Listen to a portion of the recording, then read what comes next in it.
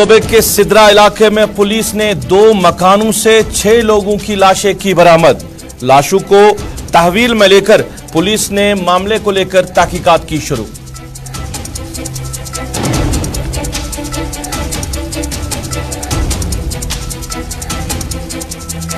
साबका वजीर व कांग्रेस के सीनियर लीडर वकार रसूल वानी जम्मू कश्मीर कांग्रेस के नए सदर। कई पार्टी लीडरान ने फैसले के खिलाफ नाराजगी का किया इजहार, पार्टी छोड़ने का दिया अंदेशा।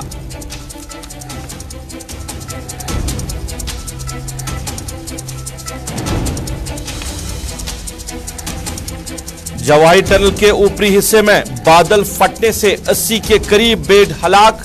इंतजामिया की तरफ से रेस्क्यू ऑपरेशन जारी।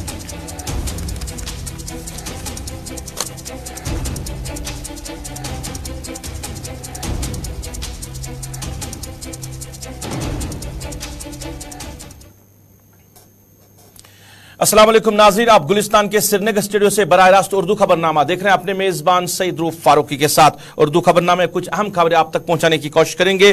कांग्रेस के हवाले से बात करेंगे।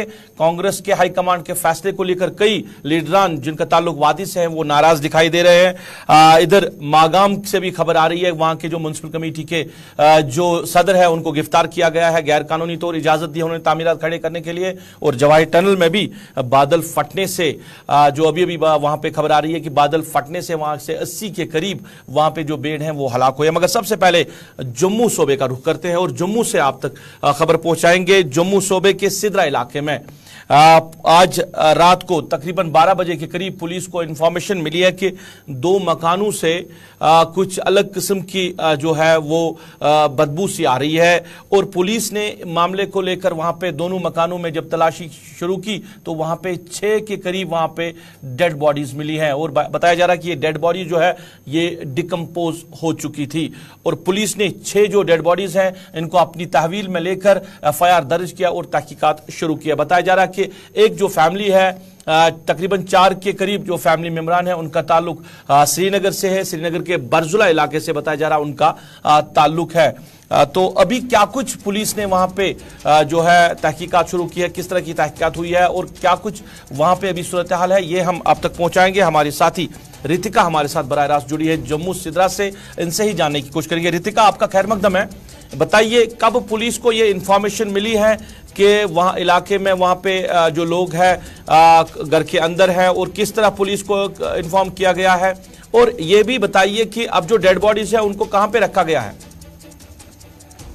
बता दें कि कल रात को आधी रात की स्थिति में जो इन घरों पे रहने रिश्तेदारों के द्वारा ही पुलिस को इत्तला किया गया, क्योंकि बड़ी ही संदिग्ध किस्म की परिस्थिति वहां पे बन गई। उन घरों से बदबू जो है वो बाहर तक आ रही थी, जिसके चलते पुलिस को फोन मिलाया गया और पुलिस को 10 से 12 बजे के बीच में इत्तला देने के बाद रात के 1 बजे वहां से डेड बॉडीज जो है उन्हें रिकवर करके जम्मू के GMC अस्पताल जो है वहां पे शिफ्ट करने का कार्य किया गया। और अभी के लिए आपको बता दूं, जम्मू कश्मीर पुलिस और फॉरेंसिक की टीम जो है वो मौके पे पहुंची हुई है और तमाम तरीके की इन्वेस्टिगेशन वहां पे की जा रही है। तो 2 घर हैं जहां से ये 6 डेड बॉडीज जो है ये रिकवर की गई हैं, जिसमें आपको बता दें कि 4 इसमें औरतें बताई जा रही हैं और 2 इसमें मर्द जो हैं वो बताए जा रहे हैं। और ये भी बताया जा रहा है कि यहाँ पे कुछ समय पहले तक ये लोग जो थे ये ठीक ठाक वहीं पे रहा करते थे और आसपास का माहौल बता दें घर काफी ज्यादा है, काफी ज्यादा लोग वहां पे रहते हैं। और जम्मू का तभी बिहार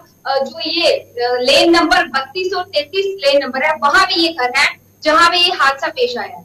रितिका, कैसे पुलिस को पता चला? क्योंकि जो वहां पे बताया जा रहा है जो उनके नजदीकी लोग वहां पे रह रहे हैं उनके मकानों पे भी ताले लगे थे, वो वहां पे आज के डेट में नहीं रह रहे थे। तो किस शख्स ने पुलिस को इन्फॉर्म किया है और कब पुलिस को इन्फॉर्म किया है ये जानना बड़ा जरूरी है, क्योंकि अगर वो जो नेबर्स वहां पे रह रहे वो वहां पे नहीं था तो फिर कौन तीसरा शख्स है जिन्होंने पुलिस को इन्फॉर्म किया कि यहाँ पे इस तरह की बदबू आ रही है?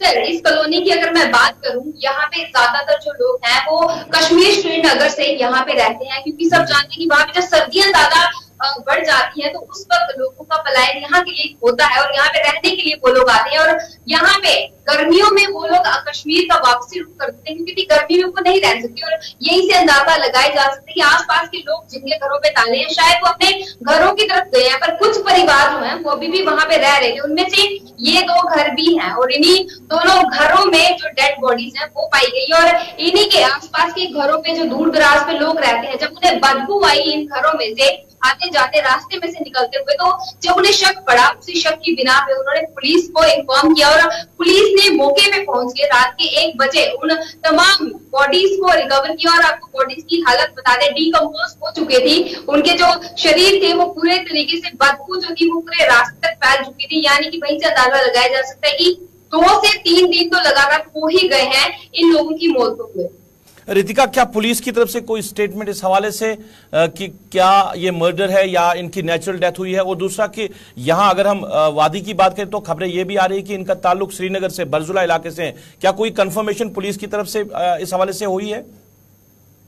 जी, पुलिस की तरफ से अभी तक किसी भी प्रकार का आधिकारिक बयान नहीं आया क्योंकि वो भी इंतजार कर रहे हैं कि अस्पताल से जब रिपोर्ट आएगी, जो पोस्टमार्टम की रिपोर्ट आएगी, उसके बाद ही खुलासा किया जाएगा कि मौत प्राकृतिक रूप से हुई है या फिर किसी ने जानबूझ के करवाई है या परिवार ने खुद कुछ ऐसा कदम उठाया है। ये सब रिपोर्ट आने के बाद ही कहा जाएगा। पहले पुलिस कुछ भी चीज में बयानबाजी नहीं करना चाहती है ताकि पुष्टि हो सके। और इसी के साथ आपको बता दें कि इन घरों में जो तमाम लोग रहते हैं उनपे शंका भी यही जताई जा रही है कि हो सकता है या तो किसी ने जानबूझ के इसको अंजाम दिया है या फिर हो सकता है खुद ही परिवार की तरफ से ऐसा कोई कदम उठाया गया हो। पर जब तक रिपोर्ट नहीं आ जाती स्पष्ट कुछ भी नहीं कहा जा सकता। चलिए, बहुत बहुत शुक्रिया रितिका तफसीलात देने की। हमारे साथी जम्मू से तफसीलात दे रही थी कि पुलिस ने अभी इस मामले को लेकर कोई बात नहीं की क्योंकि तहकीकात जो अमल है वो शुरू किया गया है। 6 लोगों की वहां पे डेड बॉडीज जो है वो रिकवर हुई है जम्मू के सिदरा इलाके में। और पुलिस ने अभी बात करने से इनकार किया क्योंकि इनिशियली अभी तहकीकात हो रही है कि क्या ये इनकी नेचुरल डेथ हुई है या कोई और इसमें इन्वॉल्व हो सकता है। जब तक न तहकीकात इस मामले को होगी तो पुलिस ने कहा कि अभी इस हवाले से कोई बात नहीं होगी। मगर बताया जा रहा है कि एक फैमिली का ताल्लुक जो है वो श्रीनगर के बरजुला इलाके से है।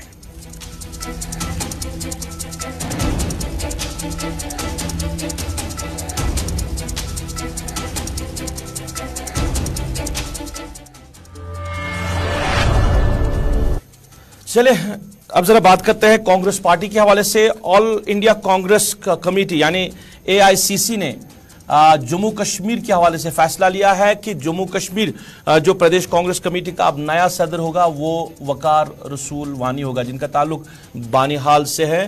कांग्रेस के सीनियर लीडर हैं और साबका वजीर भी रह चुके हैं। अब उनको जम्मू कश्मीर प्रदेश कांग्रेस कमेटी का सदर बनाया गया है, जबकि रमन बल्ला जिनका ताल्लुक जम्मू से है वो वर्किंग प्रेसिडेंट कायम रहेंगे। वकार रसूल वानी को सदर बनाने के बाद कश्मीर के जो लीडरान है कांग्रेस के, वहां हलचल जो है वो देखी जा रही है क्योंकि कई लीडरान ने नाराजगी का इजहार किया है। कई लीडरान ने कहा कि वो अपने पद से इस्तीफा देने जा रहे हैं। अगर हम सोपोर से कांग्रेस के जो साबिका MLA हैं उनकी बात करें तो उन्होंने कल शाम को ही अपनी तरफ से स्टेटमेंट जारी किया कि उनको ऑन बोर्ड नहीं लिया गया है किसी भी फैसले में। और इसी तरह जो गुलजार अहमद वानी है जिनका ताल्लुक साउथ कश्मीर से है, वो भी साबिका MLA हैं और वजीर भी रह चुके हैं, तो उनका भी ये कहना है कि किसी भी फैसले में यहाँ के कश्मीर की लीडरशिप को ऑन बोर्ड नहीं लिया गया है, यानी उनको ये फैसला मंजूर नहीं। हम दोनों लीडरान की बात आप तक पहले पहुंचाएंगे, फिर कांग्रेस के सीनियर लीडर चन्नी साहब से भी बात करने की कोशिश करेंगे और उनसे भी जानना चाहेंगे इस मामले को लेकर नाराजगी क्यों।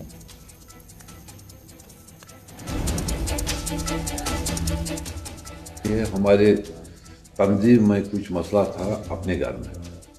जिस वक्त गुलाम अहमद मीर यहाँ कांग्रेस चला रहे थे, आपको पता है कहाँ कहाँ हम पहुँच गए, कहाँ कहाँ हमने कांग्रेस चलाया।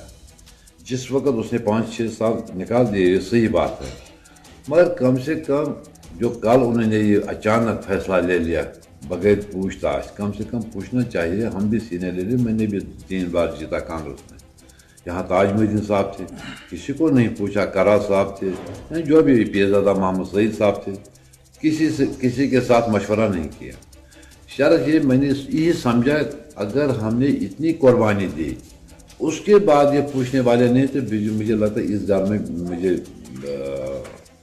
बनता नहीं, इस घर में बैठेंगे, दूरी बैठेंगे।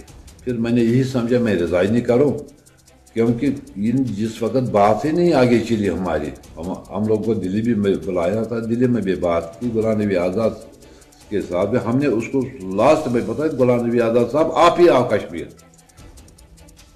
कोई झगड़ा नहीं कुछ नहीं। 10 लोग है 10 गांवों के सारे लोग बोल रहे थे मैं प्रेसिडेंट हूँ, मैं प्रेसिडेंट पार्टी में। देखिए बात यह है कि जब ये सिलसिला शुरू हुआ तो उस वक्त ऑल इंडिया कांग्रेस कमेटी ने फैसला किया है कि हम जो कंसर्न लोग हैं जम्मू कश्मीर के उनको हम बुलाएंगे। हमें दिल्ली बुलाया गया और हमारी राय उस वक्त दी गई। तो मुझे लग रहा है कि उस राय का वहाँ मतलब कोई खातिर का नतीजा उसका बरामद नहीं हुआ है। तो इसीलिए मुझे लग रहा है कि जो लोग आज कुछ लोग मतलब कोई साथी बुनियादी रुकनियत से भी वो इस्तीफा दे के चला गया और कुछ लोग पार्टी के ओहदों से भी इस्तीफा दे रहे हैं।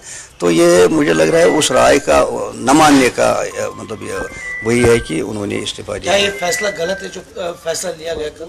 हम तो गलत इसको नहीं, हम कह रहे हैं कि हमारी राय मतलब जो ली गई थी उसके मुताबिक नहीं है। चलिए, कांग्रेस के साबिक़ा एमएलए हाजी अब्दुल रशीद जिनका ताल्लुक सोपोर से, उन्होंने पार्टी से इस्तीफा दे दिया है। और गुलजार अहमद की बात करें तो उनका कहना है कि कई लीडरान जो चले गए हैं तो अभी उनका अपना फैसला जो है वो जरूर सामने आएगा। वो कुछ करें गुलाम नबी आज़ाद को कि हालांकि उनको भी जो कैंपेनिंग करनी है जम्मू कश्मीर में इलेक्शन को लेकर, उसका चेयरमैन बनाया गया था उस कमेटी का, और उन्होंने भी वो इस्तीफा वो जो पोस्ट है वो कबूल नहीं किया, उन्होंने भी उस पोस्ट से इस्तीफा दे दिया। कई लीडर नाराज है पार्टी के इस फैसले को लेकर। सरदार चन्नी सिंह हमारे साथ बराह रास्त जुड़े हैं, इनसे जानना चाहेंगे। चन्नी साहब, आपका बहुत बहुत शुक्रिया लाइव में जुड़ने के लिए। जानना चाहेंगे जो पार्टी प्रेसिडेंट बनाना था, मकसद ये था कि पार्टी प्रेसिडेंट को बनाए और वो पार्टी को मजबूत करे, मगर यहां ऐसा लग रहा है कि वकार रसूल वानी एक तरफ प्रेसिडेंट बन गए, दूसरी तरफ पार्टी बिखरती जा रही है। एक लीडर जो है वो इस्तीफा देके चला गया, बाकी लीडरान भी कहीं ना कहीं दौड़ में लगे हुए हैं कि वो कांग्रेस पार्टी को छोड़ के चले जाएंगे। देखिए रूप साहब, मैं आपको स्पष्ट बात कहूं कि पार्टी का जो फैसला होता है वो हमेशा पार्टी कार्यकर्ता और लीडर्स को वो मानना पड़ता है। ये परंपरा है कांग्रेस की। और जो अभी का जो फैसला हुआ, ये एक उदयपुर डिक्लेरेशन जो थी जिसमें पास किया गया था कि 5 साल से ऊपर जो भी कार्यकर्ता किसी पद पे होगा, चाहे वो AICC में जनरल सेक्रेटरी है, चाहे वो किसी स्टेट को लेके जनरल सेक्रेटरी या वाइस प्रेसिडेंट है, उनको 5 साल की जो टेन्योर है वो फिक्स किया गया।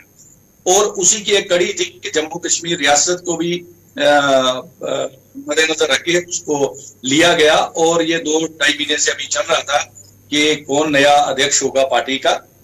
मैं वसूख से ये कहूंगा कि हम लोगों ने, जो हमारी टीम थी, गुलाम अहमद मीर साहब के अध्यक्षा में जो हमारे प्रेसिडेंट थे जो इससे पहले, और हम लोगों ने ना तो दिल्ली में पावर था ना यहाँ पे पावर था, हम लोगों ने कोशिश करी एक पार्टी को दिशा देने की, चाहे वो टंगडार और करनाल टीटवाल का बॉर्डर हो, चाहे वो बनी बसूली का इलाका हो, जम्मू का कोई भी एरिया हो, चाहे डोडा भद्रवा हो, रजौरी पूंछ हो।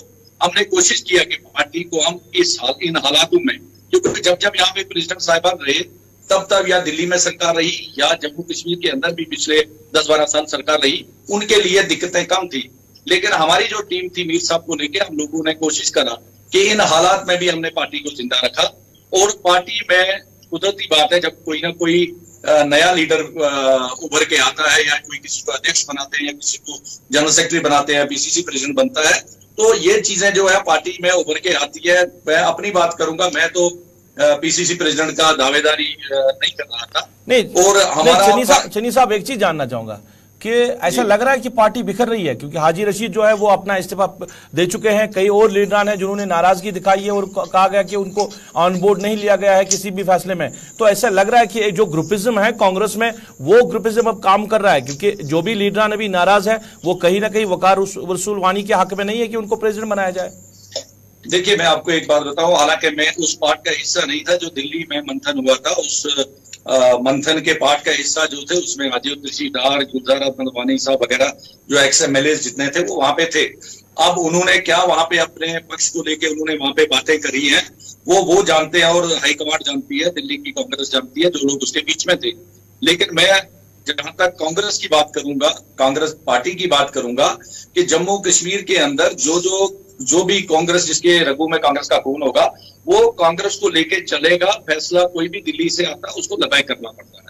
जिस तरह हम लोगों ने अभी जैसे वकार रसूल वानी उनको बनाया गया, आपने देखा कि उनके रेवोल्यूशन हर पार्टी में होता है।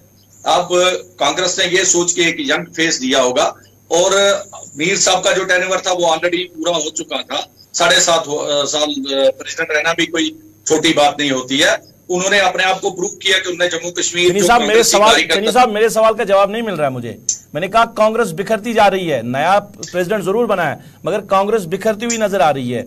एक तो ये, दूसरा आपका भी नाम जोड़ा जा रहा है ना कि आप भी कांग्रेस को अब अलविदा करने जा रहे हैं और आप भी किसी और पार्टी का दाम रहे।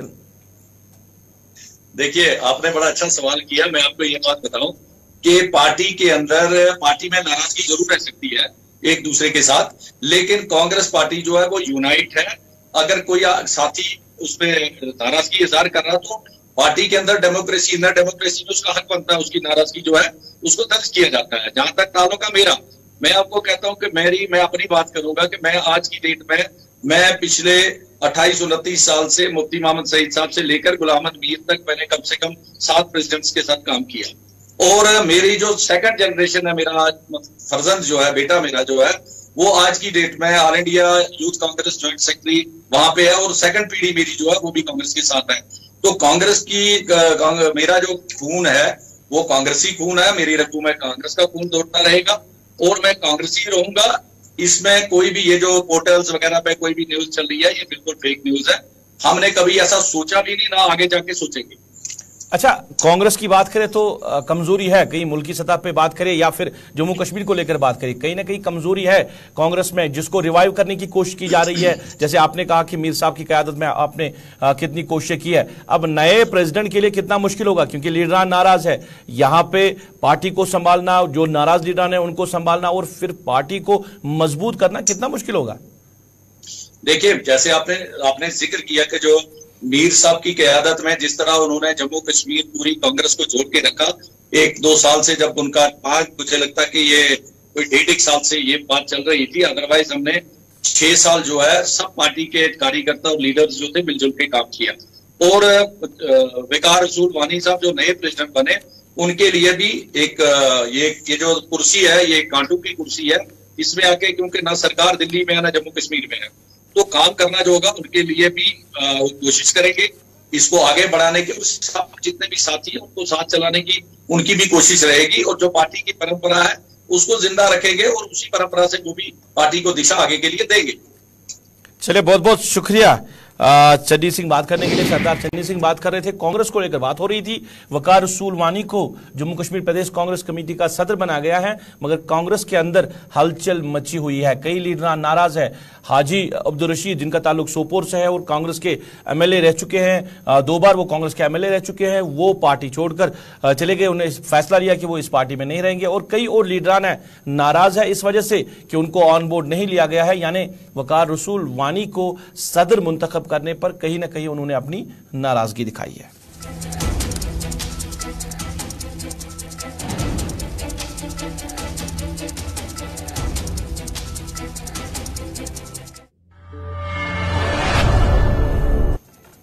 नाज़रीन, जरा मागाम के हवाले से बात करें, मागाम बडगाम की बात करें तो वहां पे जो म्युनिसिपल कमेटी मागाम के सदर है गुलाम मुस्तफा मीर, उनको पुलिस ने गिरफ्तार किया है और उनके खिलाफ यह शिकायत दर्ज की गई है कि उन्होंने बिल्डिंग परमिशन के लिए गैर कानूनी तौर पर वहां पे इजाजत दी है वो किसी शख्स को या कई लोगों को कि वो बिल्डिंग बना सकते हैं, हालांकि कानूनी तौर पर वहां पे जायज नहीं था। और मामला जो है फिर पुलिस की नोटिस में आया तो पुलिस ने तहकीकात शुरू की और फिर जो गुलाम मुस्तफा मीर है, प्रेसिडेंट है म्युनिसिपल कमेटी मागाम के, उनको गिरफ्तार किया गया है और उनके खिलाफ FIR नंबर 120/2022 अंडर सेक्शन 420, 446, 467 और 471 के तहत पुलिस ने मामला दर्ज करके तहकीकात शुरू की है। फिलहाल जो म्युनिसिपल कमेटी मागाम के प्रेसिडेंट हैं वो पुलिस कस्टडी में है और गैर कानूनी तौर उन्होंने इजाजत दी है लोगों को वहां पे तामीरत खड़े करने की। अशरफ डार मेरे साथ जुड़े हैं इस मामले को लेकर, क्योंकि उन्होंने कई लोगों के साथ, अफसरान के साथ इस हवाले से बात की थी। अशरफ, आपका खैर मकदम है। जानना चाहेंगे ये जो मामला है ये कब पेश आया है और किन लोगों को जो म्युनिसिपल कमेटी मागाम के सदर हैं उन्होंने इजाजत दी थी कि वो वहां पे तामीरात बना सकते हैं, हालांकि बताया जा रहा है कि वो गैर कानूनी तौर पर वो तामीरात वहां पे खड़ी की गई है। देखिए रूप, जहाँ तक हम इस मागम म्यूनिसिपलिटी की जब हम बात करते हैं तो बडगाम का एक वाहिद ऐसा मार्केट है या ऐसी म्यूनिसिपलिटी है जहाँ पर रेवेन्यू सबसे ज़्यादा आता है, क्योंकि इस एरिया में आपको पता ही होगा कि काफ़ी ज़्यादा भीड़ रहती है। जाहिर सी बात है जब किसी इलाके में भीड़ रहती है, खासकर टाउन एरिया में, तो वहाँ पर जो रेवेन्यू या बाकी जो डेवलपमेंट वर्क होती है तो उस पर कितना लोगों का स्ट्रेस रहता है, क्योंकि मार्केट काफ़ी ज़्यादा मशहूर है मागम का। उस हवाले से जब म्यूनिसिपलिटी की जब इलेक्शन हुए थे उसके बाद जो है मागम म्यूनिसिपलिटी की जब हम बात करते तो वहाँ पर जो है गुलाम मुस्तफा मीर जो कि यागीपुरा मागम के रहने वाले हैं, वो उसने अपने वार्ड से जीत के वो एमसी के प्रेसिडेंट बने थे वहाँ पर। तो ये पहली बार जब हुआ था, उसके बाद उसके खिलाफ कई ऐसी कंप्लेंटें जो है दर्ज की गई और बिला आखिर उसको जो है उस पोस्ट से जो है हटा दिया गया। एमसी की जो पोस्ट उसका था वो हटा दिया, उसके बाद दूसरा एमसी का प्रेसिडेंट बना और अब फिर एक बार फिर जो है यही मुस्तफा इस वक्त जो है म्युनिसिपल मागम के जो है प्रेसिडेंट है। ये जब इसकी पहली टर्न थी तो उस दौरान इसने मागम रोड पे एक बंदे का जो है कम्प्लेक्स के लिए जो है इलीगल तौर पर परमिशन जो है अलॉट किया गया है और उसमें ये भी कहा गया है कुछ पैसे का लेन देन भी उसमें हुआ था। और ये इसकी इंक्वायरी जो है खुद जो है डायरेक्टर मैडम जो है लोकल बॉडीज की और डिविजनल कमिश्नर इसकी जो है इन्वेस्टिगेशन कर रही थी। तो इन्वेस्टिगेशन में ये पाया गया है कि इसने जो है वो जो बिल्डिंग का ऑनर है उससे पैसे लिए हैं, वो किस तरह अकाउंट्स में ट्रांसफर गए उस पर अब पुलिस जो है बाज़ाब्ता तौर छानबीन कर रही है। कल शाम को जो है मागम पुलिस को जो है इत्तला मिली कि ऐसी बात है, तो फिर पुलिस उसके घर से जो गुलाम मुस्तफा मीर है एमसी के प्रेसिडेंट उसके घर गए और वहां से उसको अरेस्ट कर दिया गया है। फिलहाल पुलिस की तरफ से जो एफआईआर लॉन्च किया गया है। बहुत बहुत शुक्रिया तफसीलात देने के लिए। हमारे साथी मोहम्मद अशरफ डार तफसीलात दे रहे थे। मागाम म्युनिसिपल कमेटी के हवाले से वहां के जो प्रेसिडेंट है उनको गिरफ्तार किया गया है, गैर कानूनी तौर पर उन्होंने लोगों को इजाजत दी है कि वो तामीरात जो है वो खड़ी करे और बताया जा रहा है कि कॉम्प्लेक्स भी बनाया गया है जिसकी उन्होंने इजाजत दी थी और वहां पे रुपयों का लेन देन भी हुआ है, जिसको लेकर सरकारी स्तर पर तहकीकात शुरू की गई थी और तहकीकात में पाया गया है कि जो Ghulam Mustafa Mir president municipal committee Magam है वो उसमें दोषी पाए गए हैं।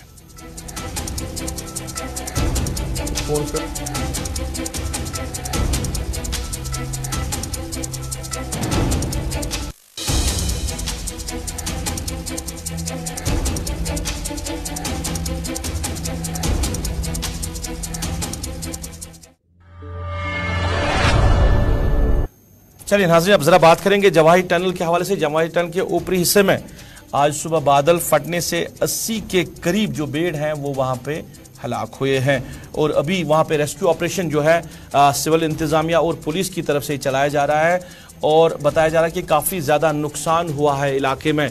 बादल फटने से वहां पे 80 के करीब जो बेड़ है वो हलाक हुए हैं और अब जो ज़िला इंतजामिया के जिम्मेदारान हैं वो स्पॉट पे पहुंचे हैं और वहां पे रेस्क्यू ऑपरेशन जो है चलाया जा रहा है। हम कोशिश करेंगे आरिफ वहीद से, अपने साथी से हम इस हवाले से तफसीलात जानने की कोशिश करेंगे क्या कुछ। चलिए, राब्ता नहीं हो सका है आरिफ वहीद के साथ, मगर बताया जा रहा है कि जो रेस्क्यू ऑपरेशन है वो अभी भी वहां पे जारी है। ज़िला इंतजामिया की तरफ से जो अफसरान हैं वो वहां पे पहुंचे हैं और रेस्क्यू ऑपरेशन चलाया जा रहा है। बादल फटने से इलाके में काफ़ी ज़्यादा नुकसान होने की खबरें भी आ रही हैं।